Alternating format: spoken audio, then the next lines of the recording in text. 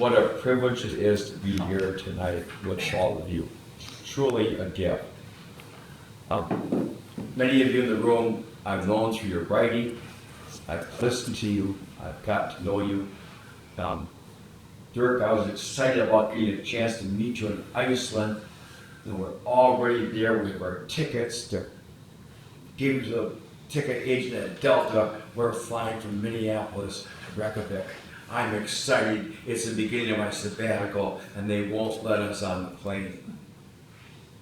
Our passport expired within 6 months, and going to Iceland, your passport has to be more than 6 months because they don't want you to stay in. And I had a call, and I had to leave messages, and instead of going to Iceland, we went to IKEA for breakfast. In 1999, I called Larry Spears. I got to know Larry through conferences at the Greenleaf Center. So it was the finest conferences that you and that Kent had put on because they brought us together around ideas. Here's what's really extraordinary about research. Ideas unite, issues divide. And when you get back into the binary, we make everything into an issue today. And it's simple, it's seductive, like I can somehow make a right decision. Ideas, struggle with the ideas, that's what the Greeks understood. Aidos, to see things in a new way. And both of you always brought in thought leaders, which is now recognized as a thing. But I remember, and I called Larry, I said, can we use the term servant leadership for our master's degree? He said, well, no one's ever asked that before. I said, does it have a patent on it? No, there's no patent, but I would ask you to be true to the vision of Robert Greenleaf. And so in the work, we've always tried to do that. I read Greenleaf first back in 1974 when I was in graduate school, and I decided at that moment that's how I want to live the rest of my life. Only to realize that's how I've been brought up to live my life. Now, the first responsibility of leadership is to find reality. The last responsibility of leadership is to say thank you in between the leader as a servant. Anytime you get up and speak to a group of people, it's not about me, it's about you. Talk to the person right next to you. What would you have to address? What's a question that you have with yourself? Here it is, come on now, it's 7:30 on a Friday night. Most of the time you're out partying, and here you are, listening to an old guy. You think I was ready for assisted living, did you? You're not far off. Okay, talk with each other. Talk with each other right now. What is something you've been thinking about in terms of servant leadership? It's like a response to it. Let's have a dialogue. Talk with each other.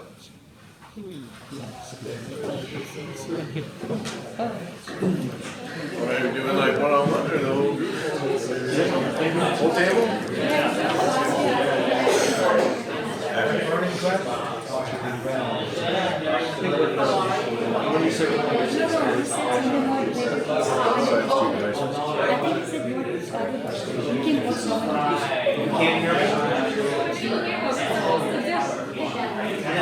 What is something that you're interested in talking about? What's a question you might want to ask? What's going to make this next few minutes valuable for you? What's that?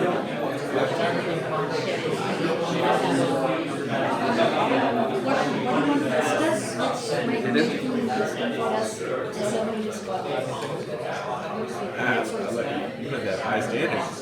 I guess you did too. Later on, you realize maybe that person is actually I don't know. All right, I just kind of interrupt this point. What is something that you might have said or heard from other people that's going to make our discussion here valuable today? Not just for this half hour, but as we move through the next day together. What are some of the things that you'd like to think about and have addressed? You realize. You realize. Yes. Please.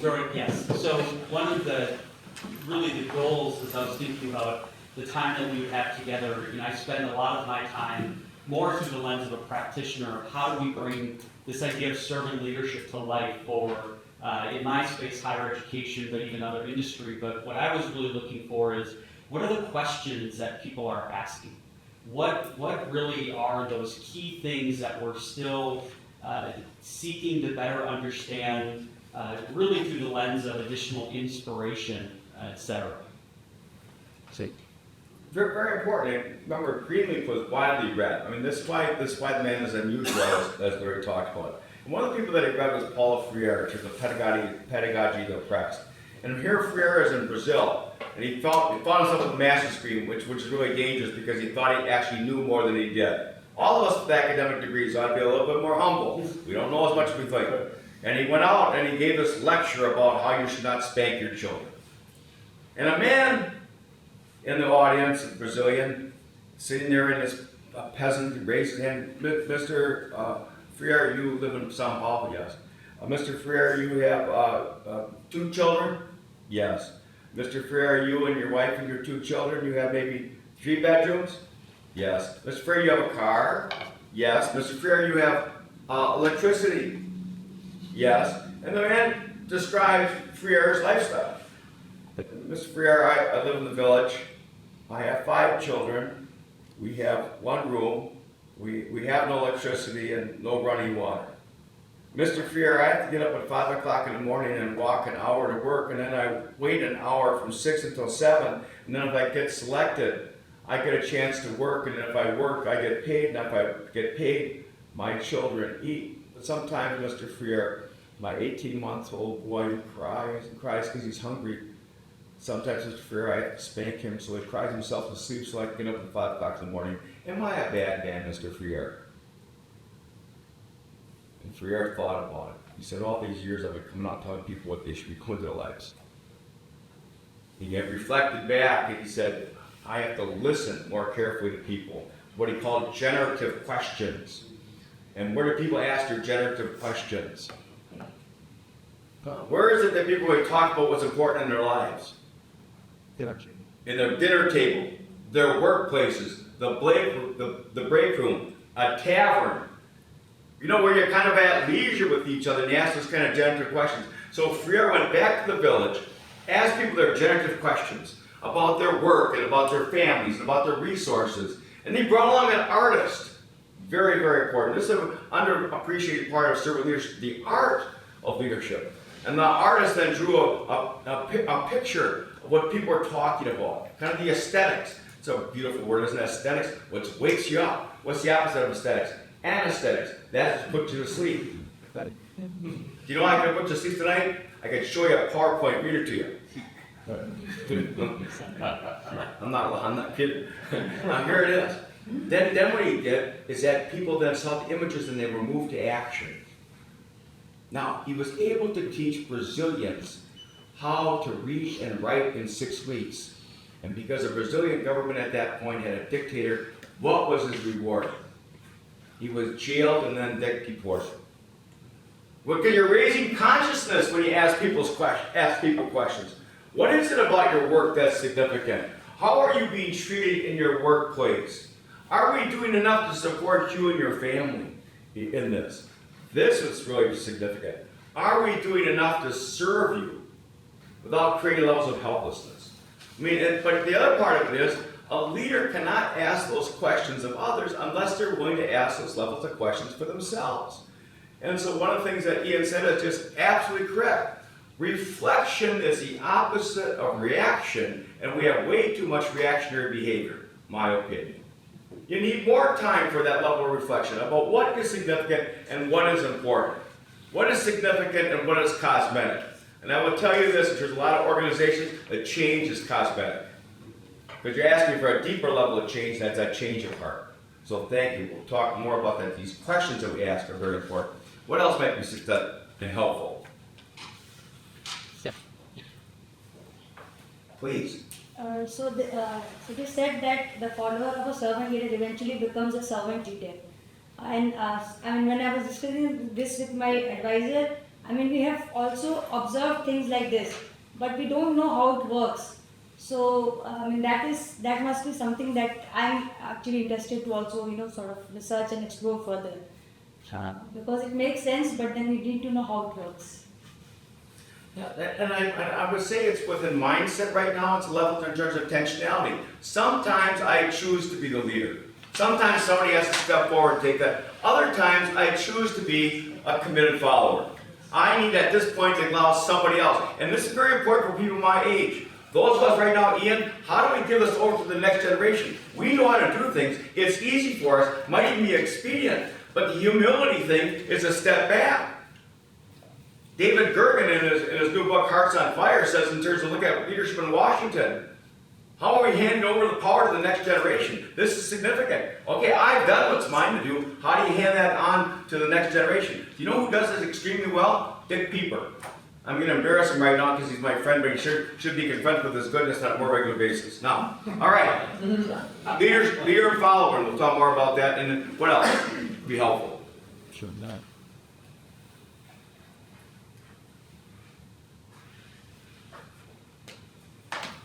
One of the things that keeps coming up for me, and also other people that I've discussed this with, is servant leadership being introduced into an organization. What level of managerial level or executive level does the leader who initiates the change have to be? I mean, have to be is in quotations because we all know it's intrinsic and self-determination is involved, and it's not an act or a facade. The person has to really truly believe in being a servant leader. And there's different schools of thought on this, I guess. One is that change has to be at the top because this executive or CEO has that command, in a sense, to pass that change forward and to build a culture, because we're talking about culture now when it's happening at the top. So I guess in a way, does a non-executive manager or frontline who wants to implement servant leadership, would they be able to bring that change into the organization at the cultural level? Well, this is one of the things that I when I talk on a regular basis, I start with this. Everybody can be great because everybody can serve. You don't have to have a college degree to serve. You don't have to make yourself to be a verb degree to serve. You don't have to know the second theory of thermodynamics and physics to serve. You only need a heart full of grace, a soul generated by love. A heart full of grace, a soul generated by love. And all of our lives are predicated on the service of the people. That's why they call it servant leadership. And so far, what we've talked about right now is about the leader. I want to talk about the servant. Now think about it for just a moment as you came in today. You were greeted by people who were already set up at a table. They sent out emails for us that was well organized. Our names, we have name tags. Look at that, all these wonderful books. Somebody collected those. You notice how all the pens are right next to each other? Do you realize that somebody came in and put these tablecloths on, and they will come in after we're done tonight and clean the whole place? Isn't it extraordinary? And that food that we have, people had to cook that and then they had to transport it. But you know the food that they cooked? It was already processed by somebody. And I drive in here today, I know who grew it. The farmers in the state of Wisconsin. Everybody can be great because everybody can serve. And that's what's really amazing within an organization where you find that everybody understands that they have a level of responsibility to serve. Now, where does it all begin? Yes, it's the what. Yes, it's the how. But more importantly, it's the who. Leadership is who you are. Management's what you do. And so all the servant leader companies that I work with, all of them are hiring for character, teach for skill. In just about every organization, you can teach anybody what they need to know other probably than neuroscience. But the other part of it is, how do we hire for that level of character? So Confucius says, the first step to becoming a leader is to become a good person. So what's really amazing, what did Greenleaf want his first call to work? Applied ethics. What's ethics? Goodness. To see, to choose, and to do the good. That's why in terms of coming here today, it's just palpable, isn't it? When you walk into this room, what are the three things that you notice when you're in presence of goodness? One, there's joy. When you're with presence of good people, you're just joyful. It's a natural outcome. And we're hungry for that. In a world, in a workplace right now where people are so depressed, to work with you who's joyful, to create a healthy environment for your employees that want to be engaged each and every day, how important that is. Second, when you're with good people, you can just be authentic. The number one word in Merriam-Webster dictionary last year was authentic. You talk to young people, what do you want? A place where you can be fully yourself. You can be the same person at home as you are at work. And then third, what happens when you're in terms with good people? You want to stay. You want to linger. Isn't that true? All right. So in creating a culture in terms of where you're being served and you have the opportunity to serve other people, what do you find? There's a natural joy that comes with serving. One, for all of us, it's authentic. It's just second nature. Isn't that what we were all taught by our mothers and our grandmothers? Isn't it just until you read this servant leadership, it's like, wow, they're talking to your grandma. And then finally, when you're looking around the room right now, this is what your future looks like. It's pretty good. Look around it. We came and we stayed. Well, right now, in terms of every organization, what are you concerned about? Recruitment and retention. And I want to tell you this, young people will not work for a dictator. Young people will not work for a non-ethical company. They want to look for people who have a servant's heart. And it's just extraordinary. You experience this and I experience this on a regular basis. So let me give you a practical example that comes out of La Crosse, Wisconsin. Quick Trip Corporation. The fastest growing corporation in the state of Wisconsin is Quick Trip. 39,000 employees. They're increasing by 20 to 40 stores a year. They're now out to South Dakota. They sell bananas, potatoes, and onions at 49 cents a pound. This week, they're 29 cents a pound. They have wonderful coffee, always clean bathrooms. And they're growing, and 40% of the profits go back to the employees. It's extraordinary.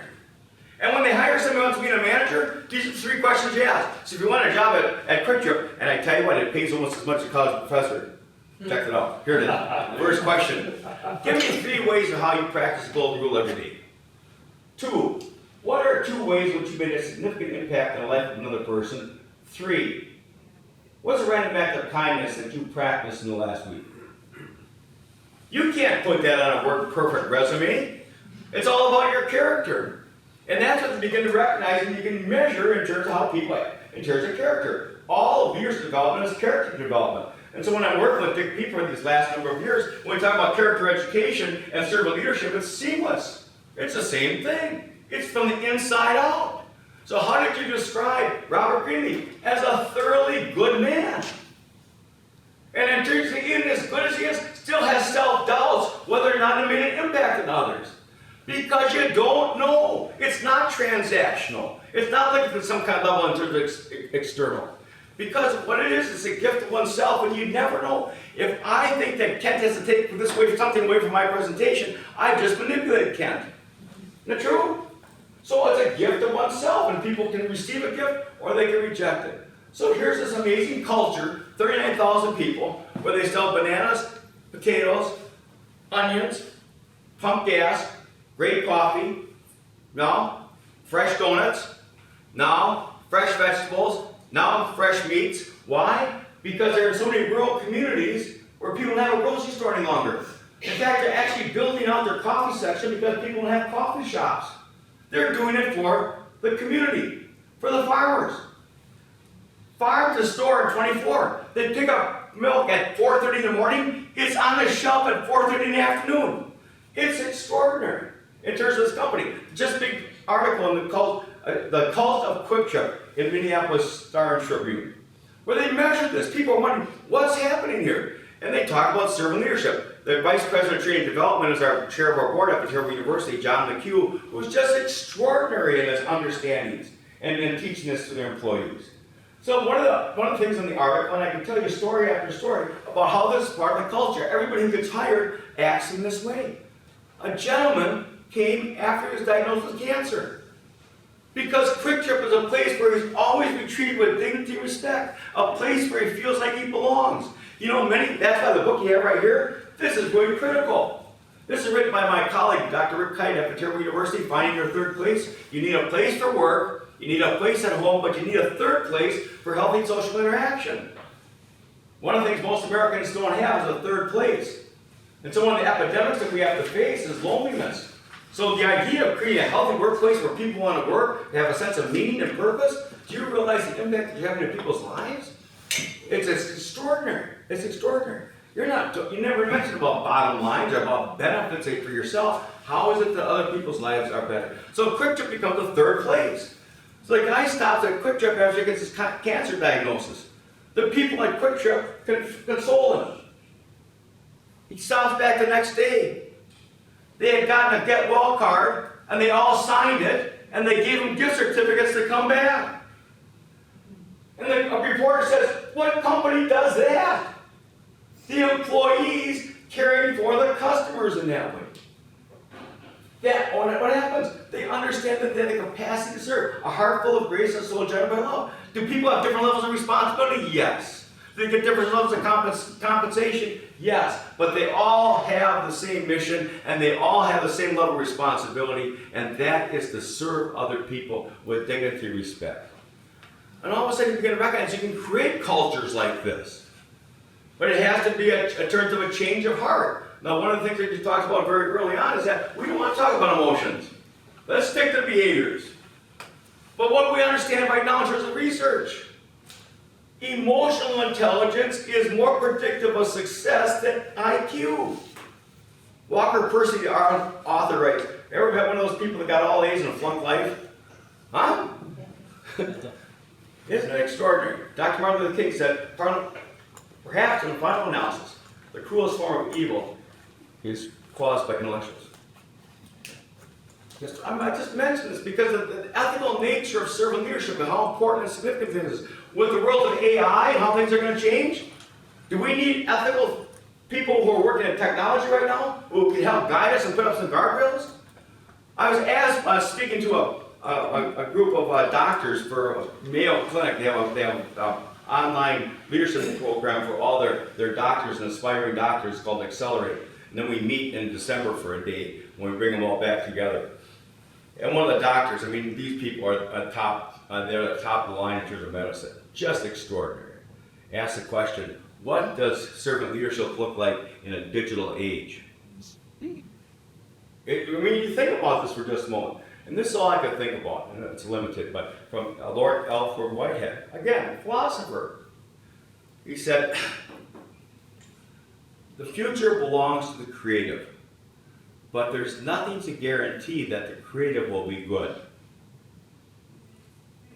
And so in every organization, we want to hire good people. And so often we hire people that we thought they were the most skilled, and but we knew they weren't going to fit into our culture.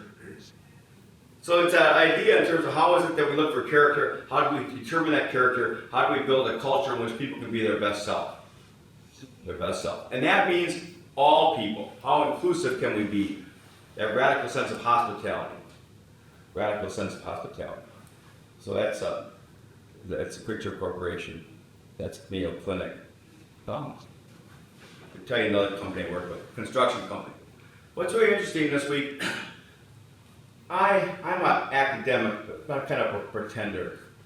I write forward to books, I've written articles, I haven't published a book. But I speak to a lot of people, and I listen even more. This is my work. The way in which I describe myself, I'm an ambassador for goodness. Each and every day, I reach out and I talk to people and I just remind them how good they are. Because this is what I'm convinced of.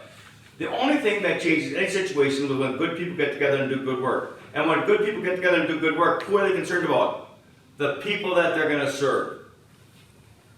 Teachers, firefighters, farmers. How about the service personnel? We just sent 40,000 troops to the Mideast who left their families behind. I mean, it's just rather extraordinary. Those people who serve. And I think this is what Greenleaf understood. Why? He grew up with his father was a plumber. What do you understand? Who's more responsible for stopping disease? Doctors or plumbers? That's why the servant leadership stuff is never going to become all that popular, because it's a path to downward mobility. What is the last line of the best test? And what is the effect on the least privileged? Follow up. I mean, that's what's distinguished. And when you find companies like this, where the leaders and people who have been hired in have that kind of concern for each other, it's extraordinary. People don't leave. So one of the companies we work with is the Matthew Corporation. Matthew Corporation is all 48 states in oil. They're in oil and they're in energy. They're innovative. They just created huge microwave that can radiate waste treatment plants. And then they use the radiated soil for bedrock for roads. Sustainability. And then what they've done with this microwave, they're now able to radiate asphalt and then recycle the asphalt so they're not using more resources. It's just an amazing company.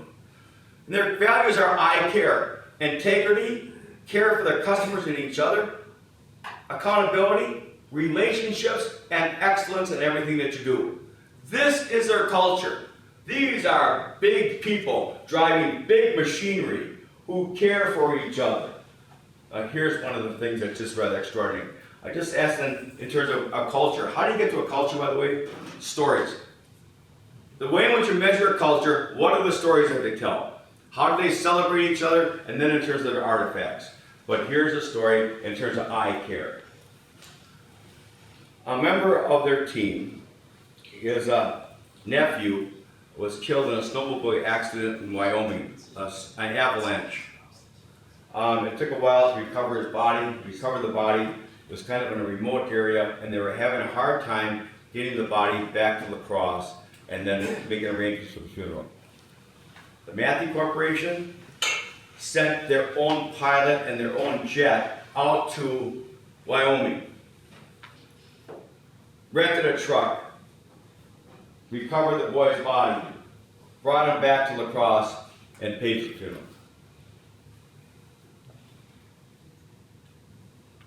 But they wouldn't call it servant leadership. But it's that natural inclination that I want to serve the needs of other people. If I work for a company and I hear that kind of story, that's how they're going to treat one of my relatives, do you think I have a level of loyalty? Do you think I want to develop in terms of my commitment? Do you think I want to stay? And because they're not only talking about these things, they're embodying them. And that's our challenge. But it goes back to that transformation that takes place within the human heart. Within the human heart. Got it. So why is this work so difficult? Because you're in the work of changing hearts. Changing hearts. How do we change hearts? All of us have been served by someone. Why does that change our hearts? Because service is love made visible. Can we measure it? Can we feel it? Do we know it to be true? When? Think about time. All right, Mark.